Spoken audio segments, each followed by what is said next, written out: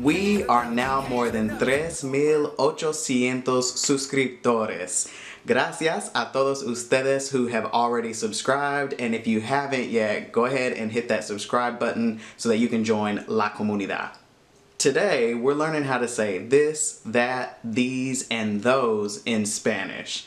Now, these can be a little bit tricky because where we have 4 words to say these in English, there's about like 14 in Spanish. So just like how you use either el or la, depending on whether the noun is masculine or feminine, it's going to be the same with all of these that we're going to learn today. So that's basically why there's so many. Let's start with how you say the word this in Spanish. For masculine nouns, it's este. Este gato. For feminine nouns, it's esta. Esta casa. When you saw this word, you might have thought, oh, I know that word, like como está. But it's important for you to understand that although they look similar, these are 2 completely different words, and it's all about the pronunciation. With no accent mark, esta means this feminine object, and the stress falls on the first half of the word, esta. With an accent, está is a conjugation of the verb estar and means he, she, usted, or it is. The accent mark tells you that the stress falls on the second half of the word, está. So we have esta and está. And in this case, it's esta. Here's some example sentences. Este restaurante es mi favorito. Esta casa es muy bonita. So now you know how to say this in Spanish. To say that, you'll say ese for masculine nouns, ese gato, and esa for feminine nouns, esa casa.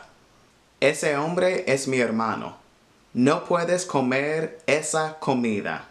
Okay, so you now know how to say both this and that for feminine and masculine nouns in Spanish. But what if you don't know whether the noun is masculine or feminine, or if you don't know what the thing is at all? In that case, you'll use esto for this and eso for that. ¿Qué es esto? ¿Qué es eso? Alright, so you now know this and that for singular nouns. But what do you say when there's more than one of something and you want to say these? For masculine nouns, it's estos. Estos gatos. For feminine nouns, it's estas. Estas casas. Again, the stress on estas is on the e at the beginning and not the a at the end. Estas means these feminine things, but estás is the estar conjugation that means you are. So in this case, we want to say estas. Estos niños me vuelven loco. Estas tiendas están cerradas.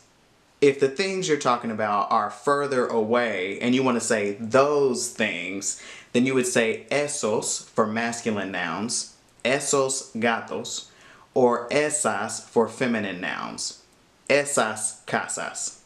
Esos bolígrafos son míos. Esas mesas están sucias.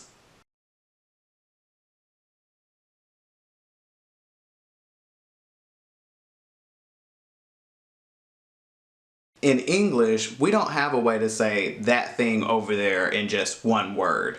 But in Spanish, it's aquel for masculine nouns, aquel gato, or aquella for feminine nouns, aquella casa. To make them plural, it's aquellos, aquellos gatos, and aquellas, aquellas casas.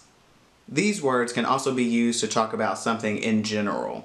So in English, we might say something like, for those who have pets. Those means in general, just people in general who have pets.